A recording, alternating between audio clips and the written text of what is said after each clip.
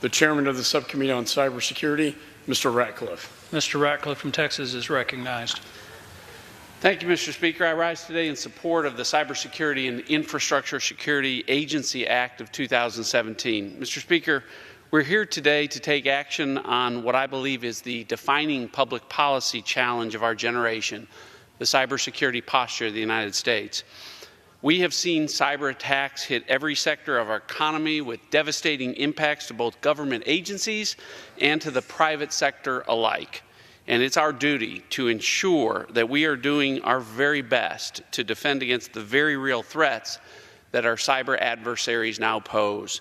The Department of Homeland Security is the federal government's lead civilian agency for cybersecurity, and within it, the National Protection and Programs Directorate, or NPPD, leads our national effort to safeguard and to enhance the resilience of our nation's physical and cyber infrastructure, helping federal agencies and, when requested, also helping the private sector to harden their networks and to respond to cybersecurity incidents.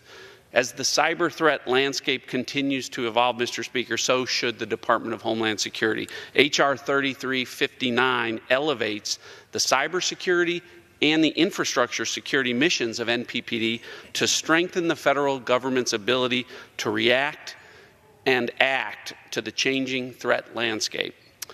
The cybersecurity mission today is extremely challenging due to a number of factors. The ability of malicious actors to operate from anywhere in the world now, the linkages between cyberspace and our physical systems, and the difficulty of reducing vulnerabilities and consequences in complex cyber networks. The Cybersecurity and Infrastructure Security Act of 2017 rises to this challenge and prioritizes the Department of Homeland Security's vital role in cyberspace by authorizing the Cybersecurity and Infrastructure Security Agency within DHS.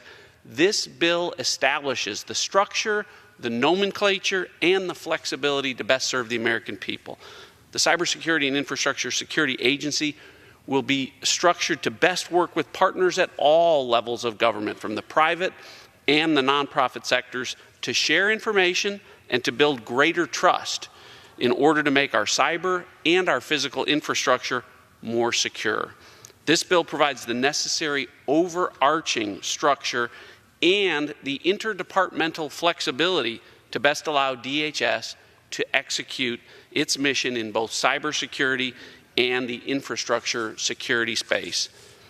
Mr. Speaker, we consider this legislation at a great time of transition and opportunity for DHS. Just last week, Kirstjen Nielsen was sworn in as the Secretary of Homeland Security. In addition to an impressive record of public service, Secretary Nielsen brings unprecedented cybersecurity experience and savvy to the agency, qualifications fitting the threat landscape that she now inherits. We owe it to her and to the dedicated women and men working alongside her to ensure that DHS has the proper organization and resources to carry out its mission as the lead civilian cybersecurity agency in our federal government.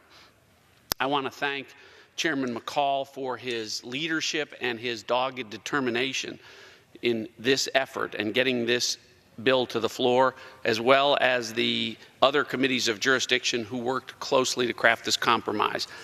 Mr. Speaker, the cybersecurity challenges we face are about more than protecting bottom lines or intellectual property or even our nation's most sensitive classified information.